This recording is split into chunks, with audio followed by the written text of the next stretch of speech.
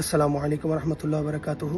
প্রখ্যাত তাবেঈ, মুহাদ্দিস ও মুহাক্কিক হযরত মাখুল, হযরত খালিদ বিন মা'দান এবং হযরত লোকমান বিন আমির রাদিয়াল্লাহু তাআলা আনহুম সহ আরও কিছু সংখ্যক তাবেঈনগণ কর্তৃক পবিত্র শবে বরাতের রাতে ইবাদত বন্দেগী পালন করা প্রমাণিত ও সাব্যস্ত হয়েছে।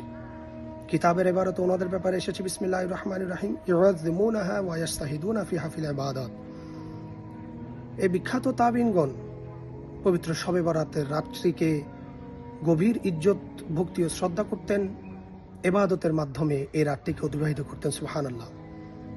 কিতাবের মধ্যে আরও এসেছে ওয়ায়াকুমুনা ফিল মসজিদ, ওনারা মসজিদের মধ্যে ইবাদত বন্দেগীর মাধ্যমে সারা রাত জাগ্রত থেকে এই রাতটিকে অতিবাহিত করতেন।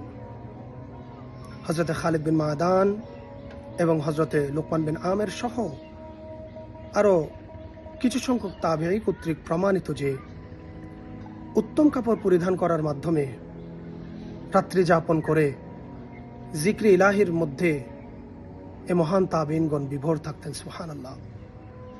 সুতরাং শবে বরাতের রাত্রে জাগ্রত থেকে জিকির আসকারের মাধ্যমে তেলাওয়াত, দরুদ শরীফ, সালাতুত তাসবিহ সহ অন্যান্য সমস্ত ইবাদত বন্দেগী করা, অন্যান্য সমস্ত নফল ইবাদত করা নিঃসন্দেহে জায়েজ, মুস্তাহাব এবং এই রাতে ইবাদত বন্দেগী করা মহান তাবেঈগণের সুন্নাত।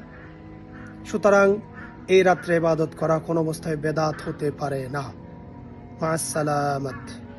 আসসালামু আলাইকুম রহমতুল্লাহ বারাকাতুহু।